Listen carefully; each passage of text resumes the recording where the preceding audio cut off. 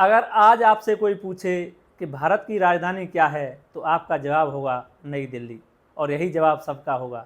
लेकिन क्या आप जानते हैं कि देश की राजधानी हमेशा से दिल्ली नहीं थी।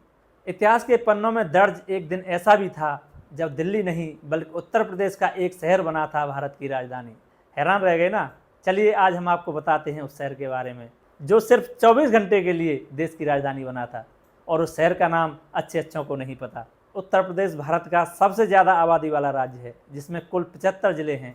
इन्हीं में से एक जिला है प्रयागराज, जिसे पहले इलाहाबाद के नाम से जाना जाता था।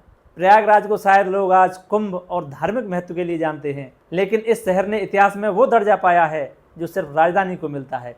साल था 1858। भारत में अंग्रेजी शासन का एक नया अध्याय शुरू हो रहा था।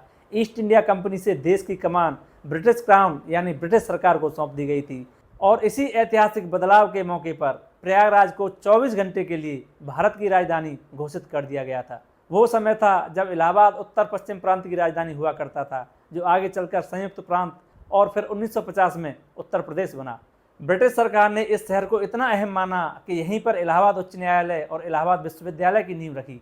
इतना ही नहीं, अकबर के किले में ब्रिटिश सेना का डेरा होता था, और ये शहर यमुना नदी के किनारे पर बसा एक प्रशासनिक केंद्र बन गया। हालांकि बाद में अंग्रेजों ने राजधानी पहले कोलकाता और फिर 1912 में नई दिल्ली को बना दिया। जॉर्ज पंचम की मौजूदगी में नई दिल्ली को आधिकारिक राजधानी घोषित किया गया। तो देखा आपने कैसे प्रयागराज यानी इलाहाबाद बना था एक दिन के लिए भारत की राजधानी, एक दिन का वो ताज जो आज भी इतिहास में अमर है। यह बात चाहे सामान्य ज्ञान की हो या गौरव की, उत्तर प्रदेश के इस जिले ने वो मुकाम पाया जिसकी मिसाल नहीं मिलती। ऐसी ही अनसुनी ऐतिहासिक और ज्ञानवर्धक कहानियों के लिए जुड़े रहिए हमारे साथ।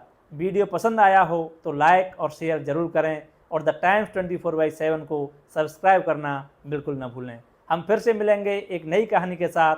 तब तक के लिए नमस्कार।